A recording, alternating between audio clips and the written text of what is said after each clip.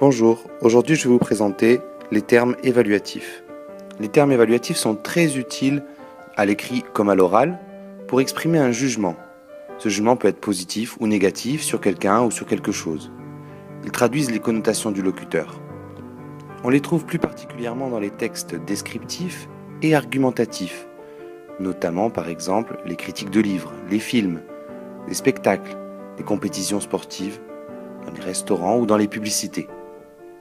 Si le lexique vise à souligner les qualités, on parle de termes mélioratifs, et s'il souligne les défauts, il s'agit de termes péjoratifs.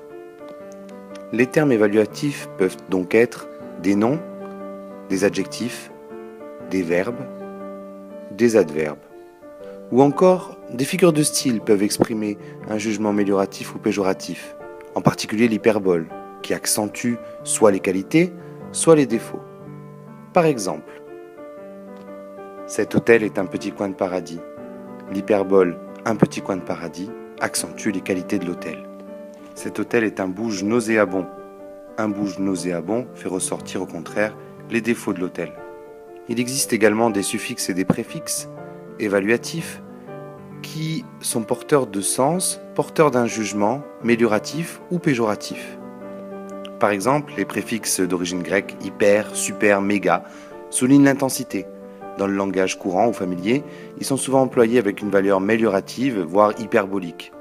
Par exemple, hyper émotif, hyper doué, super bénéfice, une méga fête. En revanche, certains suffixes peuvent être diminutifs, et ou et, comme un jardinet ou simplette, ou peuvent être péjoratifs, comme les suffixes âtre, au, as, assez, aillé, aillon, ichon. Par exemple, verdâtre, rougeau, jaunasse, rêvassé, écrivaillon ou folichon.